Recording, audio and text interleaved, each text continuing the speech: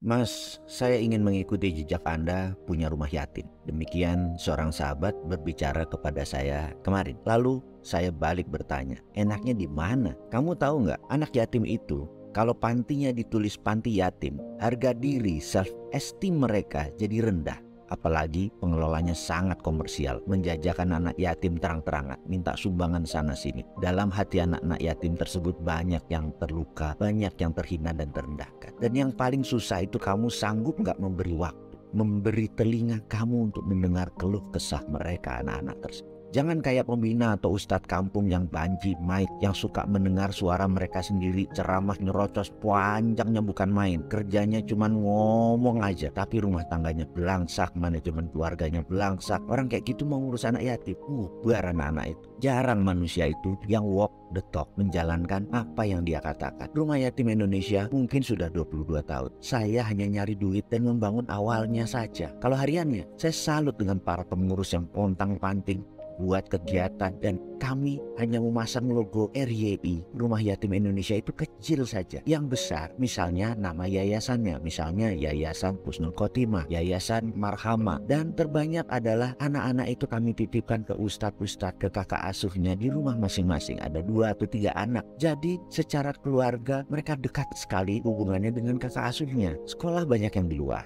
Kepantian hanya kegiatan tinggal bersama. Ini ya, pelajaran agama diberikan, ilmu keseharian di luar waktu sekolahnya mereka, di rumah mereka, di kumpul panti bersama kami berikan pelajaran diniyah, mau pelajaran agama Islam, mau pelajaran tentang membaca Quran dan lain sebagainya. Lalu mengenai uang yang masuk dari sumbangan, di rekening RYI, Rumah Yatim Indonesia, di akhir bulan selalu nol. Kalau digerakkan pendanaan yang lain-lain di luar kami, itu selalu modelnya disimpan. Mau itu di lembaga pemerintah, mau itu di dompet-dompet, atau di rumah zakat, tapi tidak di rumah yatim. Rumah yatim tidak pernah simpan. Rekening rumah yatim tidak gendut seperti lainnya, karena di akhir bulan selalu nol. Misalnya, setiap bulan rata-rata masuk 3 miliar. Dan habislah 3 miliar itu langsung bulan itu juga. Satu anak 3 kali makan dan segala kebutuhannya itu kami hitung per hari Rp30.000. Kalau ada 6.000 anak perlu 5,4 miliar sebulan. Kalau masuk 3 miliar ya musnah itu semua. Dan mutu anak-anak juga nggak bagus-bagus banget. Harusnya mungkin 50.000 per hari itu. Tapi ya kami harus berjuang keras untuk anak-anak tersebut. Bayangkan 30.000 itu sehari dapat apa? Bukan makan saja loh, ada listrik, sarana kebersihan lainnya. Puyeng nggak tuh pengelolanya. Rumah Yatim Indonesia mungkin sudah 22 tahun. Triliun angka yang sudah masuk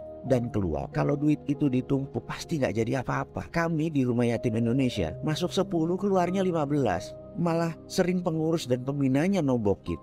Dan di mana enaknya ngurus panti yatim? Sekali lagi, jangan coba-coba masuk di dunia sosial yang tidak ada batasnya seperti ini. Kalau hanya materi mungkin banyak yang mampu. Namun memberi telinga, memberi waktu untuk mereka di luar ilmu dan sarana lainnya itu jauh lebih penting. Apalagi kalau ngundang ke rumah anak-anak yatim. Jangan kamu kira mereka itu senang melihat kebahagiaan kamu sekeluarga. Apalagi dipamer-pamer di Instagram seperti para artis, dan terlihat mengundang anak yatim itu kalian menjadi soleh gitu. Anak yatim tadi mungkin hari itu terlihat senang, namun pulangnya mereka sedih karena tidak ada yang menyapa mereka lagi, tidak ada yang menyayangi mereka lagi. Nangis mereka itu di pojok ruangan. Bahkan mereka kadang-kadang menjadi apatis, cuek, marah yang dipendam. Kalau mau menghibur mereka, kamu rutin datangi tempat mereka, dongengi mereka, dengar keluhan mereka, dengar cerita-cerita mereka. Jangan setelah itu dipamer-pamerin. Mereka bukan pajangan. Bawa mereka ke Ancol, bawa mereka ke Taman Mini. Apa saja yang seru, keluar bersama mereka. Jangan makan-makan di rumah, atau kemudian mereka disuruh baca puisi, lalu tamu-tamu menitikkan air mata haru seakan-akan dapat pahala banyak, lalu bersyukur. Pulangnya anak yatim tadi sedih, kalian upload di medsos seakan-akan sudah kontribusi dan perlu pengakuan.